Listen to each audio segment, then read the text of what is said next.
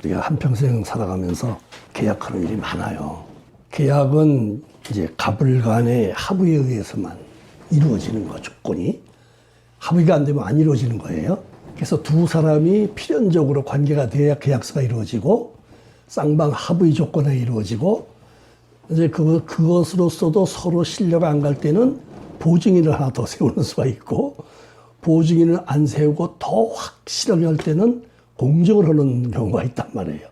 사람끼리 약속해놓고 못 믿는다는 얘기지. 이름 쓰고 사인하고 도장 찍어도 그거 믿을 수가 없어요.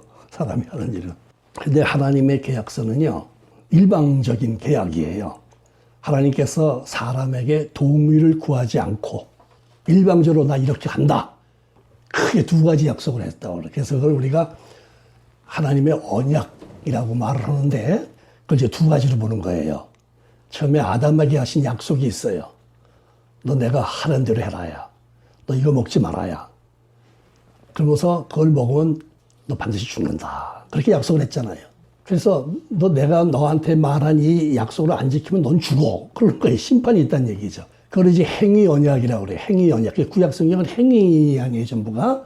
율법대로 따라야 된다는 조건으로 구원이 있는 거죠. 근데 이 행위 언약 갖고는 인간은 구원받을 사람이 하나도 없어요. 왜?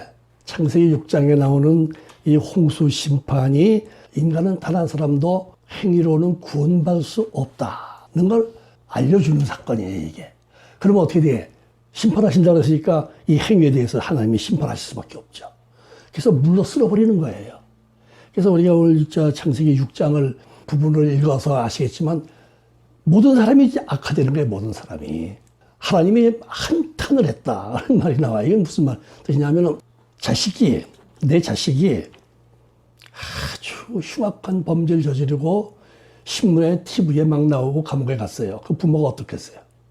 안 났으면 좋았을 걸. 탄식이 나오면 탄식이. 끔찍한 사건들이 많죠. 지난번에 그 N번방 사건이라는 것도 그래서 이제 되도록이면은요, 범죄인도 얼굴을 노출 안 하는 걸 원칙으로 해요.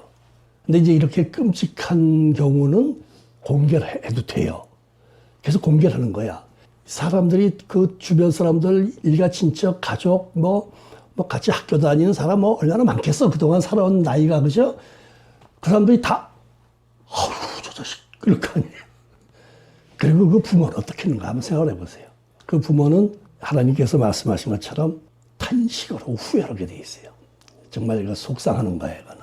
그래가지고 이제 실제로 이제 하나님이 약속하신 대로 집행한다는 걸 보여준 사건이 이제 창세기 6장부터 시작되는 노아 홍수 사건이다, 이 말이에요. 얼마나 철저합니까, 이게. 용서가 없는 거예요. 우리가 여기서 보면 알지만은 6장 13절에 가면 아주 그냥 안 되겠다. 아주 멸해서 없애버리겠다. 근데 6장 9절에 가면은 한 사람을 예외로 하죠. 심판을 하는데 다는 아니다, 그런 얘기죠. 예외가 있다는 얘기를 하는 거예요, 예외가. 그 예외가 누구냐면은 의인 노아다. 그렇게 말해주는 거예요. 그 노아는 의인으로 돼 있어요. 그럼 의인이라는 말은 죄인의 대칭 개념이니까 그 사람은 죄인이 아니다, 이거죠. 그리고 우리가 구약 성경에서도 그 10대 족보가 쫙 남아서도 그냥 에녹 같은 사람 하나님과 동행하다가 들려 올라갔다. 이거 의인이란 말이에요. 그러니까 아무리 악한 세대에도 어쩌다 있어요. 구별된 사람이 있단 말이에요. 구별된 사람. 근데 이제 하나님의 약속은 이제 언약이라고 그랬잖아요. 그 언약이 한마디로 말하면 성경을 말하는 거죠.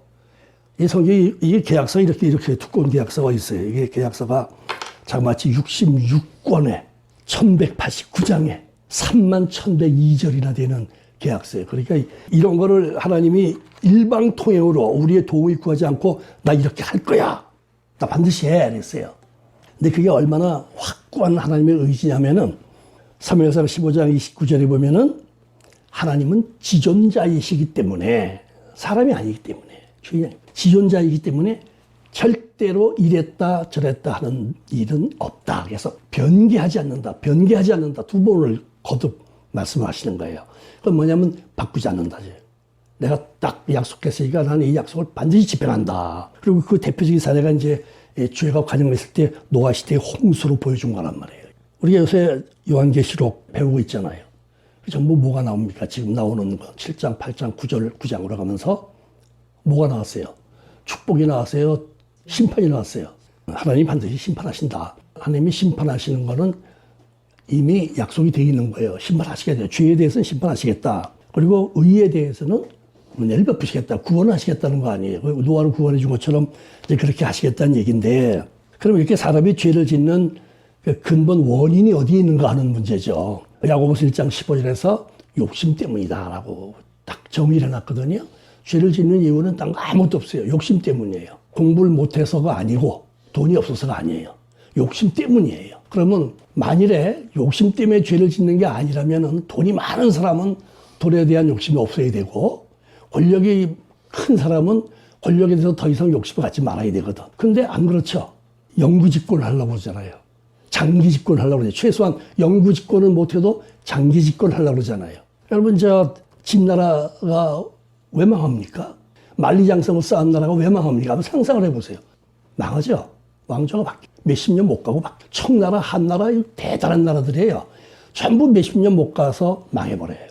아주 엄청난 국력을 갖고 있는 나라들이에요. 징기스칸은 세계를 정복한 사람이에요. 알렉산더 물론 죽어서 권력을 잃었지만은, 권력은 절대로 영원한 게 없는데 최고 권력을 갖고도 이걸 영원히 갖고 가려고 하는 욕심 때문에, 지금도 여러분 우리나라도 이번에 선거 끝나고서 형분들 보시면 알잖아요. 듣는 게 있잖아요. 근데 그렇게 사람의 욕심대로 되는 게 아니고 욕심 때문에 망하는 결과가 오는 거예요. 이건 틀림없는 겁니다. 권력욕이 강할수록 망할 수 있는 가능성이 높아지는 거예요. 그렇게 돼 왔어요, 지금까지. 그러니까 이 욕심은 좌우간 망하게 하는 거지. 즉, 욕심은 죄니까. 죄의 결과는 망하는 거니까. 심판이 있는 거니까. 그 심판이라는 게 망한다는 말로 우리가 쓰는 거예요. 그래서 우리가 하나님께서 이 창세기 9장 11절, 17절 이제 노아 홍수가 끝난 다음에 또 언약을 세우신다라는 내용이 나와요. 조금만 내려가 보면은.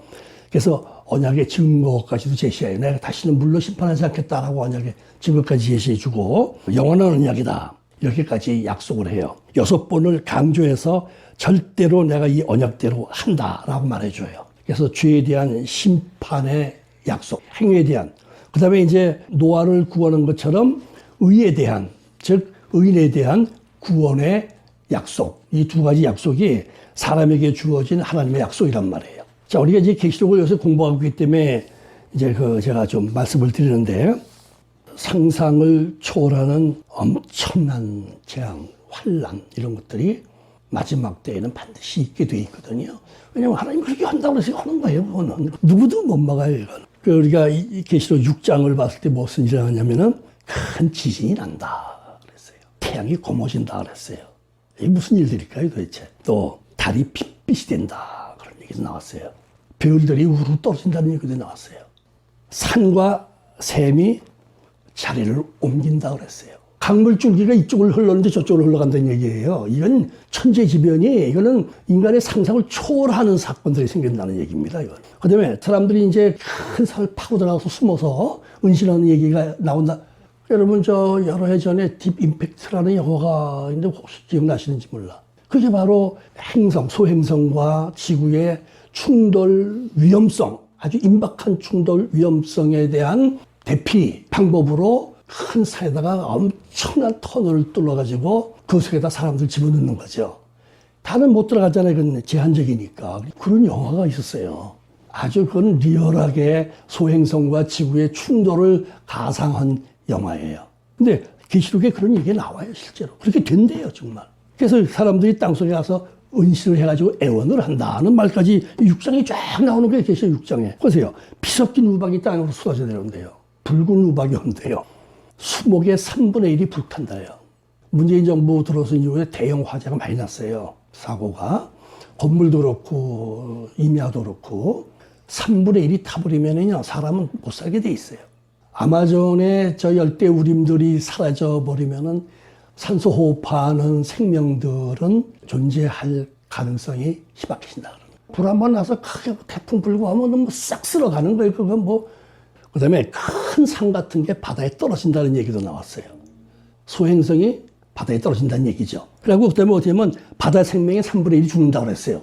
그리고 선박, 배의 3분의 1이 파괴된다고 그랬어요. 이런 일이 생긴다고 그랬어요. 스티븐 호킹 박사 있죠. 20세기에 수학, 물리학, 천체 물리학, 이 사람을 능가할 사람은 현재로서 없죠. 근데 그 사람도 그 책에다가 소행성과 지구가 충돌한다는 얘기를 썼어요. 인류가 멸망한다고 예고를 해요. 소행성과 지구가 충돌한다. 전염병이 창궐해서 세계적인 팬데믹 현상이 일어난다. 바이러스에 의한 것이다. 써놨어요. 인공지능 AI라고 그러죠. 그게 이제 앞으로 본격화됐잖아요. 지금도 뭐 그게 인류를 곤란하게 만들 것이다. 괴롭힐 것이다. AI는 실수가 없어요. 인간은 실수투성이에요. AI의 지배를 받게 될 수 있다. 일자리 다 잃을 수 있다. 그들이 인류를 지배할 수도 있다. 큰 재앙을 초래할 수 있다. 그 스페인 독감 같은 것도요. 3차까지 있었는데 5천만 명 이상 죽은 걸로 나와 있어요. 통계가. 그래서 우리나라도 지금도 이 우한 바이러스도 2차 감염, 3차 감염이 가능하다고 질병본부에서 예고를 했잖아요. 근데 이게 2차, 3차로 가면서 변종이 이루어져서 독해지고 사망률이 높아지고, 그리고 그 양반이 최종적으로 말한 게 뭐냐면은 지구의 기후변화가 최종적으로는 250도까지 갈 수도 있다고 말 나와요. 지구는 생명이 존재할 수 없게 된다. 그런 얘기를 하는 거예요, 결론을. 그런 얘기 하면서 한 가지 방법만 남아있다 그랬어요. 지구를 떠나서 저 우주 어디엔가 사람이 이주해서 살 대책을 세우지 못하면 끝이다 그랬어요. 근데 이 사람은 예언이 아닙니다, 이거는. 이건 판단이래요. 이 사람이 지금까지 되어온 과거들과 현재 진행되고 있는 이런 상태들을 종합해 보니까 합리적으로 그렇게 될 수밖에 없다는 판단을 내리는 거예요. 성경은 영적이니까 예언을 하고 이 과학자들은 판단을 하는 거예요. 이 사람은 철저하게 과학적이야. 아주 합리적이야. 근데 이 부인 얘기는 뭐냐면 남편이 들으면 완전히 헛소리, 미치광이 소리 하는 거예요. 하나님이 이미 하늘나라 천국을 예비해 놓으셨다. 예수 믿고 천국에 가면 된다. 그러니까 이 물리적으로, 합리적으로 보면은 지구를 떠나야 된다는 건 맞다 이거예요, 거기까지는. 지구를 떠나야 되는 건 맞긴 맞는데 그 지구를 떠난 거기가 어디냐? 하나님 나라다 이 말이에요. 거기는 이제 계시록 맨 마지막에 가면 뭐라고 그래요? 이 천국은 죽음도 없고 눈물도 없는 곳이라고 돼 있어요. 그래서 그러면서 영원히 살아야 영원히 살지, 이 지상에서 영원히 살려면 그렇게 재앙이 시작될 때 본격화되면은 죽고 싶어도 죽질 못한다. 죽질 않아. 여기서 영원히 살면 어떻게 살아요? 천국에 가서 살아야 영원히 살아도 문제가 없지. 그런 때가 온다고요, 곧. 그래서 부인은 새하늘과 새 땅을 얘기하고, 거기가 우리가 간다, 예수 믿고 우리 천국 가자. 남편은 그 개꿈 같은 소리 하지 말어. 결국은 이혼을 했어요. 근데 이렇게 스티브 호킹만 그런 얘기를 한 게 아니고, 요한계시록 7장, 8장, 9장 때 쭉 나오는 그 얘기를 한 건데, 그 사람이. 최근에 데이비드 윌스라는 미국의 뉴 아메리카라는 미국의 싱크탱크 기관이 있어요. 거기 연구원이에요. 그리고 이 사람이 뉴욕 매거진 편집장 하는 사람인데, 이 사람이 그 뉴욕 매거진에다가 연재한 거를 책을 냈어요. 제목이 뭐냐면 2050 거주 불능 지구. 2050년이 되면 인간이 지구에서 거주하는 건 불가능하다는 제목이에요. 아주 직설적으로. 그러니까 올해가 2020년이니까 30년 남았어요. 그 사람은 근거를, 그 사람도 과학적인 근거를 제시했어요. 이 사람의 발언은 상당히 공신력이 있어요. 30년 내에 기후재난으로 지구에서 사람이 살 수 없는 여건이 만들어진다. 이미 심각한 수준에 도달해 있다. 그렇게 말합니다. 이산화탄소의 한계치는 400ppm이랍니다. 그 미만이래야 생명이 살 수가 있대요. 근데 이미 거기에 거의 육박해 왔다는 거예요. 심판의 시간으로 말하면은 24시에 5분 전, 10분 전에 가 있다는 얘기. 살인적인 폭염이 온다. 그래요. 반드시 오게 돼 있어요. 이건 다들 아는 거예요. 지금 더워지고 있죠. 자꾸 남극 같아서 얼음들 빙산 녹아내리죠, 지금. 바닷물 수위가 올라오고 있죠. 이게 가속이 붙어요. 처음에는 야금인데 시간이 가고 이 지구 온난화가 더해질수록 이거는 가속이 붙어갖고 처음에 한 덩어리가 며칠 후에 10덩어리고 100덩어리 되는 시간 문제예요. 이거 와르르 무너지는 거예요, 이거는. 살인적 폭염이 오기 때문에 그렇게 되는 거예요. 그 다음에 더불어 살인적인 폭염이 오면은 따르는 것이 농사를 못 지는다는 거, 식량난이 온다는 거, 거대한 기근이 온다 이렇게 말해요. 가뭄이 심하다는 얘기예요. 결국 공기가 오염돼서 호흡이 어려워진다. 여러 종류의 질병이 반복적으로 팬데믹 현상이 일어난다. 이런 조건이 바뀜에 따라서 발생할 수 있다는 얘기들이에요. 그래서 문명적 시스템이 붕괴된다 그래요, 결국은. 바다는 시체로 덮인다 그랬어요. 계시록에도 3분의 1이 물고기가 죽는다고 그랬잖아요. 이 사람은 기후가 높아지면서 그렇게 된다고 얘기한 거고, 계시록에서는 행성이 바다에 충돌해서 생긴다, 뭐 그런 식으로 나와 있는 건데, 결론은 같은 거예요. 그래서 바다가 시체로 덮이는 거예요. 요한계시록에 나타난 마지막 때의 환란 재앙과 다 설득력 있게 연결되는 과학적인 얘기들을 하는 거예요. 이게 같이 가는 거예요. 결국은 그 사람들은 그렇게 해서 깨닫는 거고 우리는 성경을 통해서 깨닫는 거고 여러분 100년 전, 200년 전만 해도 계시록 읽으면서 이런 거 몰랐다고 이렇게 될 줄은. 근데 지금은 이런 해석이 나오니까 우리가 이 계시록이 그대로 이루어지는구나 하는 거를 실감을 할 수 있게 된 거예요. 김문이라는 소설가가 있어요. 글을 하나 쓴 걸 봤는데 친구들에게서 전화가 잘 안 온대요. 지금은. 나이 70이 넘으니까 가끔 전화가 오면 사망 알리는 거래. 죽었다는 거 연락 온대. 그래서 그런 일 몇 번 겪고 나서 저들끼리 모여서 얘기할 때 그래 연락이 없으면 살아있다는 증거야. 그렇게 알고 살자 그랬대요. 근데 그 이제 화장터를 가보니까 친구가 죽어서 화장터를 가보니까 전에는 100분이 더 걸렸답니다. 1시간 반 정도 걸렸답니다. 화장하는데 지금은 50분에 끝낸답니다. 그래서 50분 만에 그냥 가루가 되어서 한 줌이 돼서 나오는 걸 보니까 야, 참 가볍다. 죽음이라는 게 가벼운 거로구나. 그래서 그 사람이 뭘 깨달았냐면 김문희가 삶은 무겁다. 양쪽 어깨에 짐 지고 가는 거지 뭐. 때때로 죽고 싶은 사람도 있고. 자, 삶은 정말 무거운데 죽음은 가볍구나 하는 걸 깨달았다고 그러더라. 그렇게 죽는 거 갖고선 아등바등하지 말아라. 죽지 않으려고 길을 쓰지 말아라. 그냥 받아들여라. 근데 그게 안 되죠. 예수 안 믿는 사람들은 이 죽음이 가장 무서운 공포가 돼요. 그래서 안 죽으려고 엄청 길을 쓰고. 근데 새 하늘, 새 땅, 정말 하나님이 예비하신 천국, 하늘나라 가는 사람들은 성경에서도 잠들었다 그래요.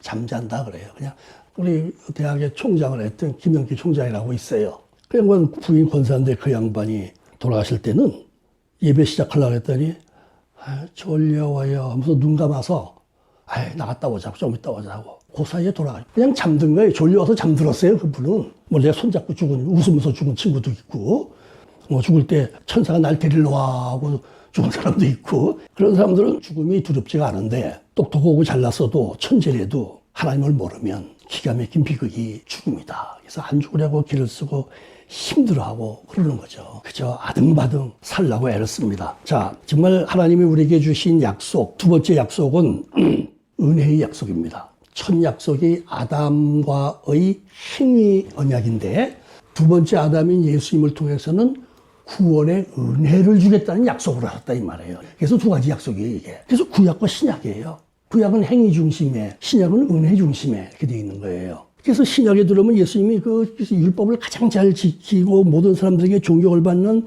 바리새인들, 서기관들 이런 사람들 예수님은 망족하잖아. 다른 사람들은 다 존경하고 만나면 길에서 만나면 인사해요. 그 사람들 다. 그런데 예수님은 독사의 자식들아까지 썼어. 왜냐하면 예수님이 우리 인간이 행위로 구원받지 못한다는 것 때문에 예수님이 오셨거든. 은혜 구원을 위해서 그 목적으로 예수님이 오셨거든요. 그렇기 때문에 그것을 본격적으로 가르쳐야 되고 결과를 보여줘야만 되는 거예요, 이거를. 자, 그래서 오늘 읽은 요한복음이 뭘 말해주느냐. 3일째 되는 날 부활해서 제자들 앞에 나타난 걸 말해주는 거잖아요. 나타나서 너에게 평강이 있을지어다 그러는 거죠. 내가 인간의 죄를 대신해서 죽었고 내가 다 용서해준다. 그거를 부활로 완료했어요. 이 약속대로. 은혜의 약속을 이루었어요. 이제는. 그래서 부활한 몸으로 나타났으니까 이 증거예요. 이제는. 내가 이렇게 부활하지 않았느냐. 너들 나와 같이 간다. 내 나라로 간다 너들도. 그리고 너들 평안이 있을지어다. 그래서 온 족속으로 가서 이걸 전해라. 그러는 거예요. 그래서 절대 가치니까 우리가 구원받는 게 하나님의 은혜로 구원한다는 언약을 주신 것을 하나님이 이루시기 때문에 집행을 하시기 때문에 그렇게 되는 거예요. 신분이 어떻든 이런 건 관계없어요. 하나님의 선택이라고 그래요. 그래서 우리가요 멀쩡한 정신하고 예수를 믿을 수가 없어요. 사실은. 아주 학교에서 공모사 아주 합리적인 두뇌가 만들어진 다음에 죽었는데 부활했다 뻥이야 그러지. 그걸 누가 믿어요. 합리적인 두뇌가 만들어져서 믿을 수가 없어요. 그래서 우리가 구원받는 것은, 이 은혜 입는 것은 우리 쪽에서 믿기로 작정을 해서 되는 게 아니라 하나님 쪽에서 우리를 선택해 주셨기 때문에 되는 거라고 성경에서 말하는 거예요. 특히 우리가 에베소 1장 4절에 보면 뭐래요? 창세전에라고 해요. 하나님 우리를 선택하신 것이 창세전에 그리스도 안에서 우리를 택하사. 우리는 세상에 나타나지도 않았는데 하나님의 선택이 있었다는 얘기예요. 전지전능하신 하나님께서 다 하실 수 있어요. 우리로 사랑 안에서 하늘에 속한 모든 신령한 복을 우리에게 주사 우리로 사랑 안에서 그 앞에 거룩하고 흠이 없게 하시려고 창세전에 우리를 선택하셨다 그래요. 이게 이제 실질적인 사례를 제시한 게 에서와 야곱 이야기를 성경에서 하는 거죠. 그 시대의 장자권이라는 건 굉장한 권력이었어요. 그런데 하나님은 너희가 엄마 뱃속에 있을 때 내가 이미 야곱을 택했대요. 그러니까 하나님의 선택이 일방적이에요. 그건 뭐 하나님이 하시는 거니까 우리가 이래라지라 왜 그러신 거예요? 따질 수가 없어요. 에베소 1장 5절에 보면 그리스도로 말미암아 자기 아들들이 되게 하셨다. 거저 주시는 은혜의 영광을 찬송케 하려는 것이다. 만일 어떤 일정한 조건에 맞아야 선택이 된다고 그러면은 선택 못 받은 사람이 많고, 근데 하나님은 그런 기술 준 게 없어요. 하나님의 선택이에요, 그냥. 이건 하나님의 절대 권력이 우리가 할 수가 없어요, 이건. 인간이 어떻게 하나님한테 왜 그렇게 됐어요 하고 따질 수가 없어요, 이거는요. 에베소 1장 7절에 보면은 우리는 그리스도 안에서 그의 은혜의 풍성함을 따라 죄인이 의인이 되는 은혜를 입었어요. 그의 피로 말미암아. 조건은 하나예요. 예수님의 십자가의 피가 바로 우리의 대속의 피였다. 그래서 우리가 보혈이라고 불러. 보배 같은 피다 이렇게 불러요. 속량하셨다. 그래서 죄를 씻어주셨다 하는 거죠. 그래서 우리가 구원을 받은 것이다. 그래서 이 약속도 예수 그리스도를 이 땅에 보내주셔서 십자가에 죽게 하고 부활하고 승천하게 하심으로써 이 은혜의 언약도 하나님이 이미 이루셨단 말이에요. 2000년 전에. 그래서 우리는 그 언약 시대에 살고 있는 게, 은혜의 언약 시대에 우리는 살고 있어요. 우리는 행위 언약 시대에 사는 게 아니라 은혜의 언약 시대에 살고 있기 때문에 우리는 하나님 앞에 조건 없이 감사해야 되는 거예요. 이거는 어떻게 핑계 댈 게 없어요. 이거는. 하나님의 약속은 절대적입니다. 이사야 41장 8절에 보면 나의 종 너 이스라엘아 내가 택한 야곱아. 야곱은 에서에 비해서, 에서에 대해서는 악행이 성경에 기록이 없어요. 부모의 뜻을 거역한 게 있긴 있어요. 이방 여자들과 결혼한 거예요. 그런데 교활하거나 야비한 짓을 하는 게 하나도 없어. 야곱은 정말 교활하고 야비한 일인자. 장자권을 빼앗으려고 그런 쇼를 합니까? 위장을 해가지고 말이야. 응? 그게 교활하고 야비해요. 근데 하나님이 택한 건 죄 많은 야곱이에요. 그래서 성경은 우리에게 말씀하시기를 죄가 깊은 곳에 은혜가 많다 그러는 거예요. 나는 죄가 없어 하는 사람은 절대로 회개하지 않아요. 회개할 거리 없잖아. 근데 나는 형편없어요 하는 사람이 회개할 게 있는 거예요. 이 세상에서요 가장 명예로운 이름이 누구예요? 이 세상에서 가장 명예로운 이름이 하나 있어요. 이스라엘이에요. 이스라엘은 야곱의 이름이에요. 원래 야곱인데 하나님이 너 이름 바꿔 이스라엘이라고 불러 해서 이래서 이름 바꿔준 거예요. 계명을 한 거예요. 하나님이 계명해 줬어요. 개인의 이름인데 민족의 이름이 됐어요. 지금 그 민족은 이스라엘 민족이라고 그래요. 그리고 국가의 이름도 이스라엘이에요. 한 개인의 이름이 민족의 이름과 국가의 이름으로 영원히 남아있는 건 이스라엘밖에 없어요. 이 이스라엘은 최고로 명예로운 이름이에요. 그가 하나님을 만나고 베들레헴에서 도망가다가 하나님을 밤에 꿈에서 만나고 완전히 변화돼가지고 20년 동안을 하라는 대로 하자. 야곱의 그 두뇌 회전으로는 20년 동안 속아서 자기 외삼촌 섬기지 않아요. 그런데 그가 완전히 하나님의 택함을 받아서 내가 너와 함께 하겠다. 너 다시 돌아오게 만들어주겠다. 그리고 가서는 하라는 대로 20년 동안을. 하라는 대로 했더니 결과는 어떻게 왔느냐. 돌아올 때 자기 외삼촌보다 부자가 되어서 돌아오게 되었더라. 하나님이 하라는 대로 한다는 것은 믿음대로 하는 건데 이게 얼마나 복받을 조건인지 모른다. 성경은 하나님이 인간에게 주신 두 개의 언약, 계약서죠. 구약, 신약, 약속의 책이다. 구약은 행위 언약에 대한 거. 그래서 은혜의 언약을 주셔서 예수 그리스도 안에서 우리를 은혜로 구원하신 그런 약속까지 주셨다. 우리는 그것을 깨닫고 그것을 받아들이고 그것을 믿어서 주님을 찬양하고 예배하고 믿음으로 사는 거예요. 이것은 지식이나 경험이나 이런 것과 전혀 관계가 없는 하나님의 일방적인 선택에 의한 복이란 말이에요. 구원받았다는 이 사실 하나만 가지고 하나님 앞에 우리가 감사하면서 살 수밖에 없는, 찬양하면서 살 수밖에 없는 그런 것이 우리가 살아가야 하는 길이다. 이 놀라운 은혜가 우리 마음속에 늘 충만하기를 바랍니다.